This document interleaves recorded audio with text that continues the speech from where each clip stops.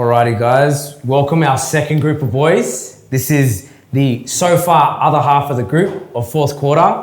I've already introduced myself, so we'll go around the table. So my name is Mikki. I am a co-founder of at Aurora Divinia, a clothing brand based in Melbourne. And my business partner is also a co-founder. His name is Brendan. He's currently, unfortunately, not here, but he'll be here in the next few episodes coming up. Nice, bro.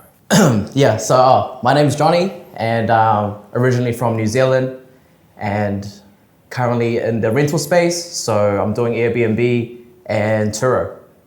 Nice. My name's Patana. I'm the other half of Zero to Alpha. Jordan, who is my brother that was just on here before me. We're both business partners and we're both online coaches helping people go from zero to alpha. Nice, bro. Nice. Well, boys, yous are the second group, but by no means are you guys in second place. You guys are here from day dot as well. Tell us, bro, I guess, Mikki, how you came to find the group, bro. Like, how you heard about it, who you came through connection-wise. Yeah, for sure. So it all started with JD. Yeah. Like me and JD, we first met off another friend of mine, of ours. And I was introduced to JD of him at a gym. Well, the gym we're currently going, which is, Braybrook Derrimut.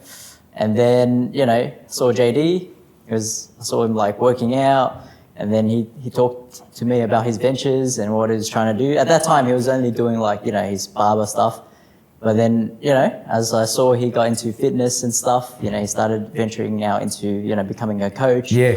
So, we had a few gym sessions together, and then that's when we kind of bond together. Yeah. That's how, he saw my side of my story. Like I've, tried to grow my clothing brand, my personal brand as well. And then eventually he brought me into this group, and that's how I met all the boys. And Because it was you solo first too, bro, right? So you came in solo. Brendan came in later. Yeah, that's right. Yeah, I introduced Brendan to JD afterwards as well. Yeah, nice. So, what did you think, bro, when you first, I guess, came in? honestly, like, I always wanted to meet people who, like, wanted to better themselves and, like, work on themselves and have something going on. Yeah. Because when I was doing my stuff, during that time, it was quite lonely. I kind of had no one or knew no one who was doing this as well. So yeah, it was a lonely journey. I always wanted someone there or like to bounce ideas off. Yeah. Like I had Brendan, but then I wanted more than that. I knew there were more people like that out there. But it was just hard to find them. Yeah. And I needed, somewhere to find like these people. And I Yes. guess this is how we came about. And you were a complete outsider, bro. Like many of the guys here, Yeah. I was lucky that I had the friendship. Me and JD obviously connected first before this was established. But you, Johnny, knew JD from when, bro? Yeah, so I knew JD back in Auckland. So we're both in the same area in Auckland as well. Where's that, bro? South Auckland. Yeah. So he's from Kura and I'm from Rewa. So a bunch of Asians from South Auckland. And originally I knew actually the older sibling, which was their sister. Yep, yeah. Then I knew Pad, and then I met JD because JD was the youngest. So I knew JD probably when he was around 19. That's when I kind of like linked up with him. Saw him here and there out in the nightlife in Auckland. And then, the one common thing that we shared was Aucklanders moving to Melbourne. Yeah. So that's how we kind of reconnected. And I was there for his, since he did the barbering and his first journey of his content creation. Yeah. And that's how I kind of got invited to this group as well, because I think you guys already did like 2 or 3 meetings already. Yeah, I think so, bro. And then he was like, yo, can the bro come and stuff? And then, next thing you know, I'm here today. Well, bro, you've got your own thing going on pretty well established with the Airbnb.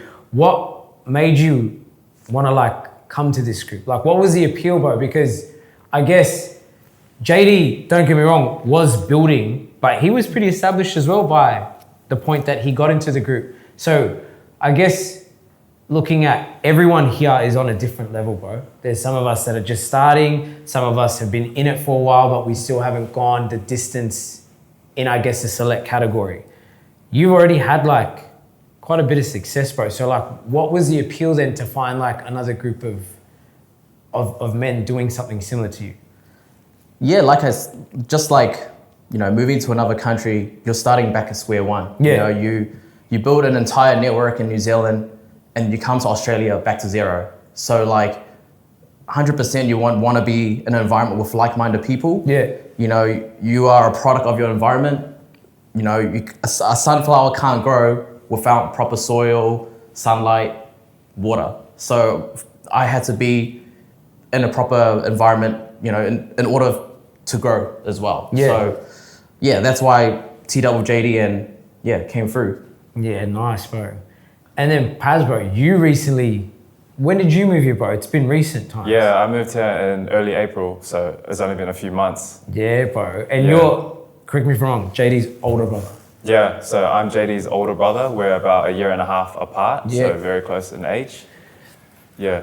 What was it that he did, bro, that convinced you to move? Because that's like a lifestyle change, bro. I brought my little brother from Canberra, and that was a hassle to get him to come up here when I was Yeah. doing the clothing. What made you at your age, bro, be like, yo, I can see my little brother is really doing Yeah. some stuff and I'm going to relocate? So first I was working as a builder before I started as an online coach. Yeah. So I was working as a builder. I was fucking, you know, I was slaving away on the construction site. No hate anything to the blue collar boys. Like, fucking, I know the hard work that goes in there, and I respect everyone who does blue collar work.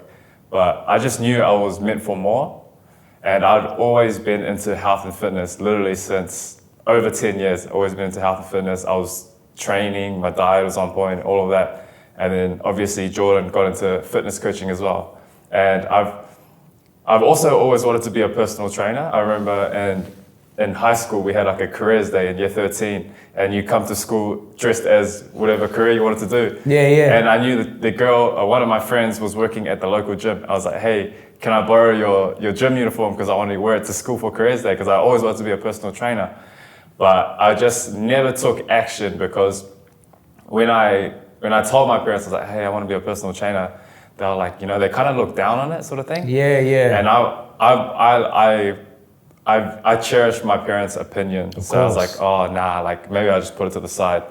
And then when Jordan started, I was like, oh, fuck, maybe, like, you know, like I can either keep building now, but, you know, like hate what I'm doing, or fuck it, let's just dabble our toes into this. Yeah. And then I was talking to Jordan, and I was telling him, I was like, bro, like, you know, like, fuck, I don't know if this is the one to do. And then he was like, fuck, you know, he's like, come and join me.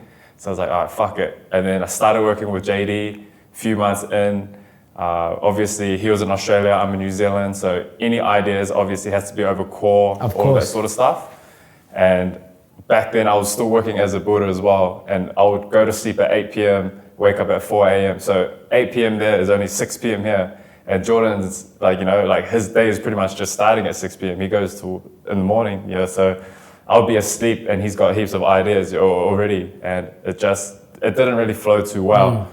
So he came up he proposed the idea. I was like, fuck, you know, like I think the business would really thrive if you moved over to Australia. Yeah. And at that time as well, I was like, I was kind of like comfortable at home, you know, like obviously living with my parents still.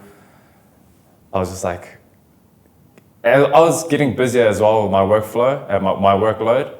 And obviously when I was living with my parents, there's a lot of work that goes around the house that my dad does, my parents do.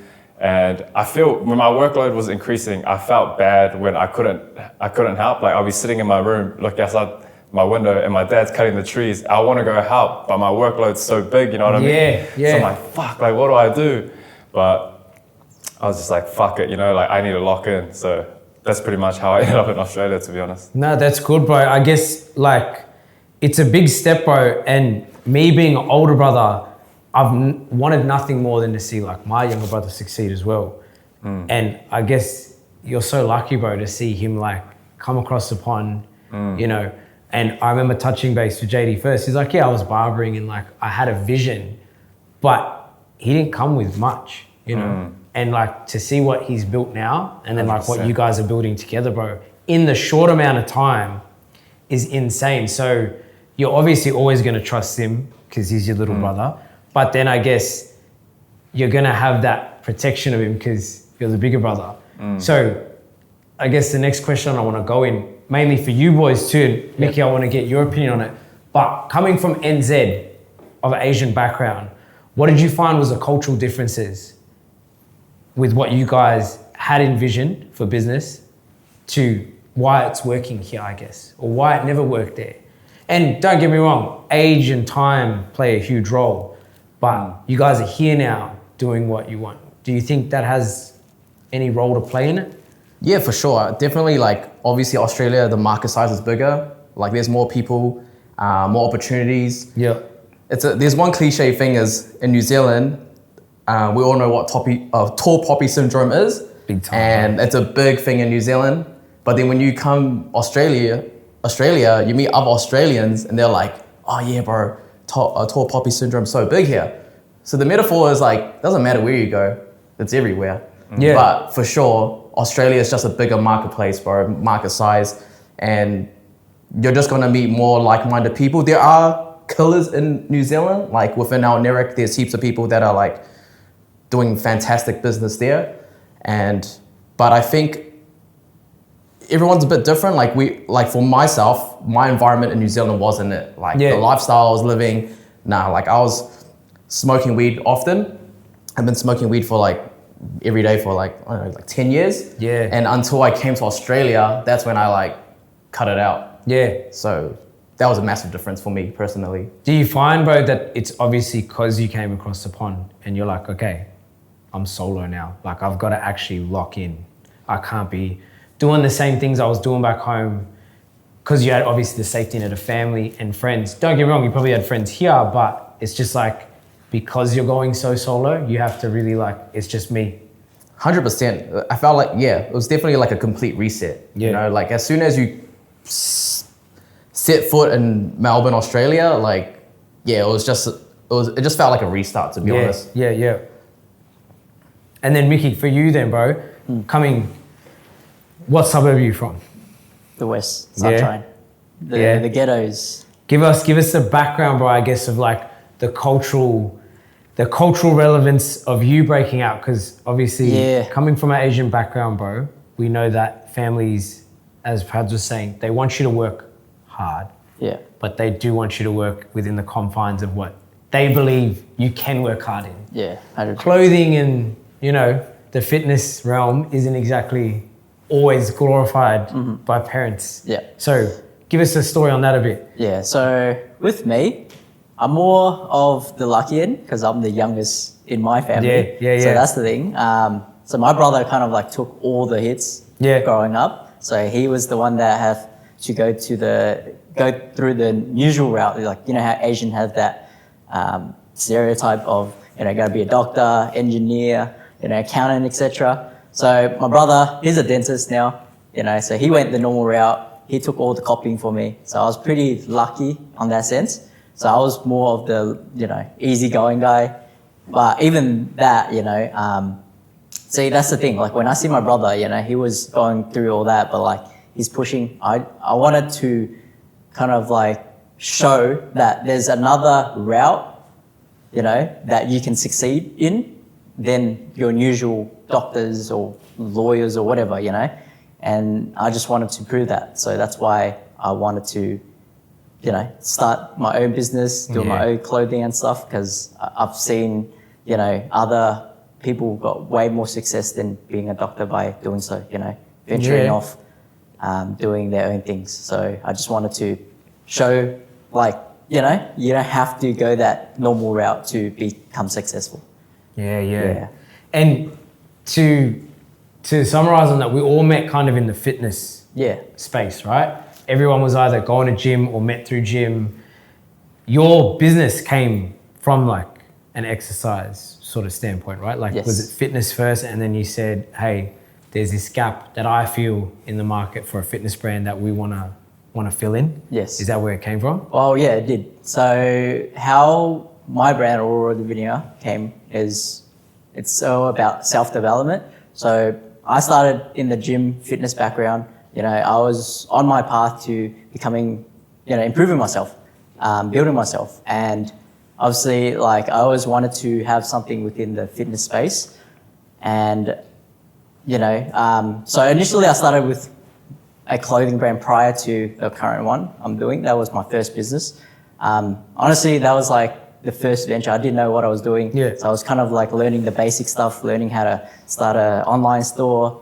I was learning how to run ads by myself, had to learn everything basically through YouTube online.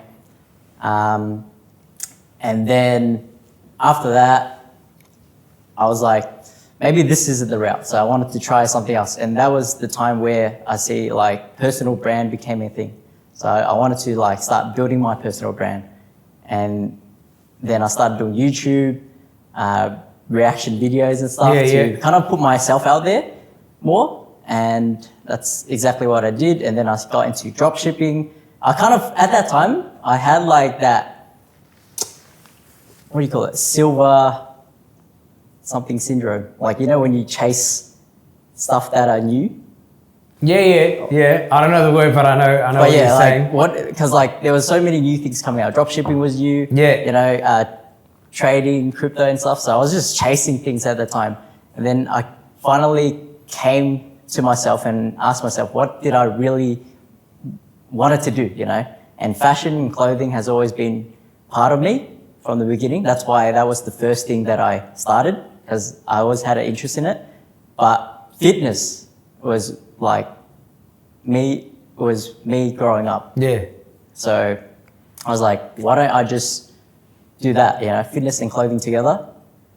But also, like, I wanted to work with someone at the time as well. So Brendan, he also had, we weren't that close until later on. I was introduced to Brendan off another friend. Yeah. And that's how we kind of came together. And then he obviously was a sport guy as well, and he's into fashion. And that's how the brand came about. Yeah, nice, bro. Nice. I want to open up to everyone here and get just an opinion from whoever wants to go. What do you guys think you can provide, we can provide on this platform? And what do you also want to get from everyone here? Because that's also at the same time why we're here. Johny answered the first round when I said, what was it that like appealed to you? But what do you think you can learn from each other the most? So pretty much I'm new to entrepreneurship. Yeah. Like obviously I was working as a builder for the last 4 years, and then before that I was in marketing and then went to uni. So I feel like when I come into the room, especially with the boys, I'm probably the dumbest in the room, but I don't let that, like make me feel down or anything. I come in and I want to soak up as much knowledge as I can and learn from everyone. So that's what I feel like this room is providing me with. Obviously, I can provide what I know in terms of fitness and all of that sort of stuff. But yeah, that's what I feel like. Yeah, nice, bro. I'll get out of this room. Yeah, definitely. I guess everyone just sharing their experience, because everyone has a different level of experience with entrepreneurship and even entrepreneurship. So working in a business, because sometimes everyone just looks at entrepreneurship, but little do they know when they work for a business, they're actually working in $1 million business. Before you start entrepreneurship, sometimes it's good to work in $1 million business, understand the systems, the standard, and then you can convert that to your business. To your own, yeah. Because when I first started my business, Urban Imports, which was Japanese car importing. So that's, the first business I did in New Zealand. And I did everything in reverse. Like I opened a car dealership, importing cars from Japan, selling them in NZ, but I never worked at a dealership. I didn't know systems, I didn't know processes. I was just like, I'm gonna import these JDMs, I'm gonna clean them up, I'm gonna take the photos, I'm gonna clean them, I'm gonna market it, and I'm gonna flick it off. We made some bands, let's celebrate, woohoo. And then there was just no structure. So when COVID came down, boom, G. So we climbed with the market when the crypto market, automotive market, housing market, it just went fucking up. And if you're in the space, you would have been like, holy fuck, like this is crazy. But when it came down and you're holding JDMs or crypto or housing, you would have felt it. And I was like, fuck, I just gotta exit. I gotta like sell my shit. So I got rid of like pretty much my whole stock and yeah, just converted it to a service-based company. Did you know that wave was coming, bro? Or did you actually just go in and go, not I guess blind, but in a sense where you're just like, this is just what I want to do. I don't actually care about the market. I don't actually care about what's trending. I just want to do it. Yeah, I pretty much came in blind because like I grew up with JDMs as a hobby. Yeah. So it was just a hobby. And then pretty much one of the high school students, he's a Japanese international student. 6 years later, he's in Japan. He's like, yo, I'm working for an export company. Yeah. You should import a car through me. And I was like, fuck, how am I gonna do that? He's like, bro, just try importing one for me. And I was like, all right, sweet. So I just asked all my mates, like, gee, do you want to import a car? Do you want to import a car? I'll just charge $500. They're like, oh yeah. I'm like, bro, you can make $3,000 to $5,000 on a car. They're like, all right, okay. Yeah, here's 20 G's, and they'll import a car. So that's how I started building my portfolio. So I imported about like 30 cars through that method. No way. And then like one guy, he was importing from me. He's like, yo, I'm gonna start my own car dealership. And I was like, bro, I'm gonna start my own car dealership. Yeah, wow. And then, because 2 cars and 2 cars, that's 4 cars, right? We can work with that. So that's how we started the business. And then we scaled it to 30 cars. And then, yeah, that was how it kind of unfolded. Crazy, bro, that's crazy. I went to Urban Imports a couple times in Otahu. Oh, yeah. Some fucking solid cars there, bro. Yo, yeah, like it was surreal, like how it kind of just unfolded unintentionally. But then again, yeah, like I said, going back to what you're saying, what can like I provide to the team is just like from all the lessons I've learned. Because like those mistakes cost me, tens of thousands of dollars. It was huge mistakes, huge money. Because once you're playing around with that kind of money, property or cars, it's like you can win big, but you can lose big. And bro, don't get me wrong, at the age you were, you're not exactly like rolling in it, right? Like, Nah. This is like, you're just learning to save and you're learning to lose so much at the same time. So you've got to learn to balance that tightrope quick, yeah? Yes. I'm assuming. Yeah, no, and it's going back to the last podcast where everyone was saying about networking and providing that value. So that's how I got to the 30 cars is because I met investors on my way. Yeah. They're like, I like you, I like your vision, here's some money, go get some cars. And I was like, damn, like 6 figures just like that. Like, all right, let's go get some cars. So it was like, but then when you're walking in the business becomes business. Yeah. Right? Like when you're a young Asian, well, not Asian, but young kid, you're like, I want that JDM car. I want that JDM car. But in reality, when you have like 20 of them behind you, you just become numb to it, Yeah. You're not even enjoying the process because you're just looking at the data. Like, how much sales did we make?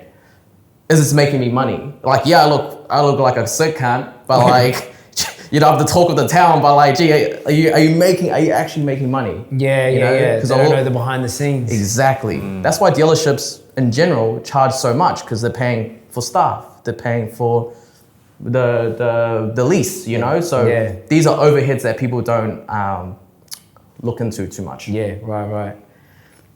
Would you guys say, I guess individually, right? Johnny's come from, because it's mainly property, automobiles, you work in. Yeah. And then Pads, you got fitness, and then you've got clothing. So not to say you're in the safest space, bro, but you're providing like a service. There's no like material loss. So what would you say is like the challenge of what you're providing? Because you've got to provide an idea and an end result. You're not actually going, here's a packaged, thing that I can give over to you and you swap money for. You've got to like sell a vision.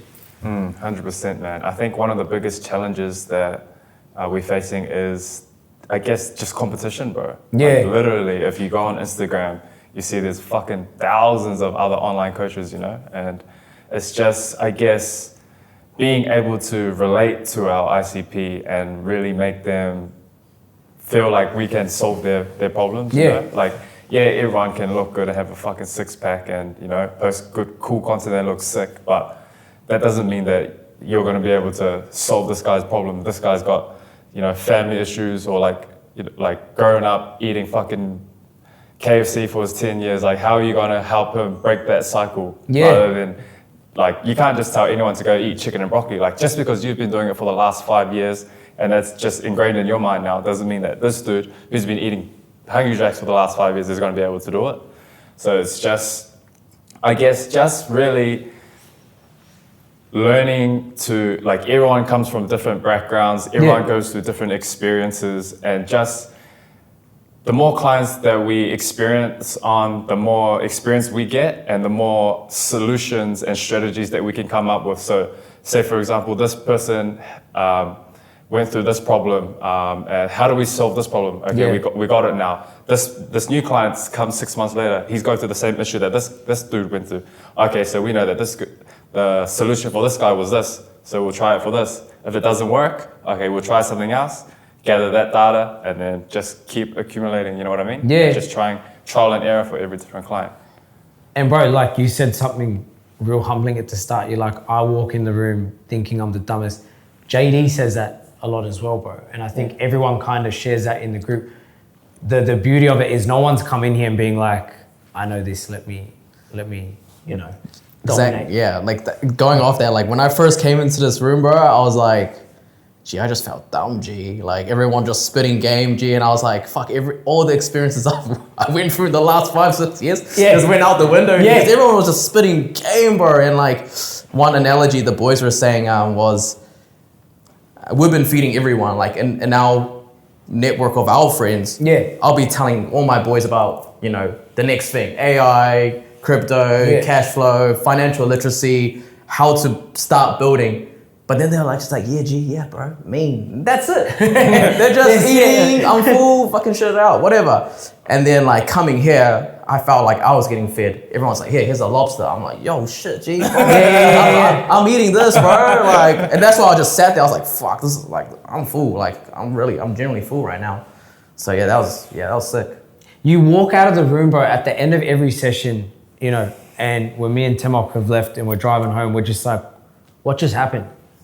Like, it actually takes us a minute to digest all the information that has come out, bro, because it's, like I said, humbling to see everyone be like, I know this, and this, but I also do not know this, and this. So 100%. Everyone's pouring each other a cup, bro. And it's just like you said, we're just feeding off each other, but we're receiving so much as well. And I think that's the beauty of it, bro. There's not one person as well that's a genius in everything, For sure. Everyone's like a master of none at the same time, in the best way. And I think that's what we're building on together. But we get the opportunity to learn from Mikki's mistakes. Mikki gets the opportunity to learn from our mistakes. 100%. You know what I mean? But we're all in it together. So I guess, what would you guys say for we asked the other boys, for other young men out there looking to find something like this? How would that come across? How would they magnetize that into their life? I'll say just being able to provide as much value as you can to other people, like obviously you don't want to go, like say for example, there's a group, right, like us, like if someone wants to join the group, obviously we would want some value from them, right? And then we want to give them some value as well. We don't so I feel like just being able to provide value, as much value as you can to other people is how you could get yourself into a group like this, 100%. Yeah. And I would say definitely don't overanalyze, just pick a vehicle of your choice because there's 1,000 business models to choose from. You don't want to have analysis paralysis. Pick a business model, run with it. The faster you fail, the better, because you can share those experiences. It's never a loss. They're always lessons. Yeah. So I can share, you guys can share, everyone can share these lessons with one another. So, yeah. Yeah. Me, I'll just say, exactly. Just put yourself out there. You got to put yourself out there to be seen. If you don't, then you're forever gonna wish that, or dream of doing whatever you want to do. So you gotta have to always put yourself out there so people see the value in you, to be able to, I guess, work with you, right? So yeah. Nah, boys. Well, look, thanks for sharing that, man. I guess that'll do it for the first episode. Yes, Yeah, sir. so good second group chat, boys. Yeah, Shop, boys. And welcome everyone Well to done. the fourth quarter podcast.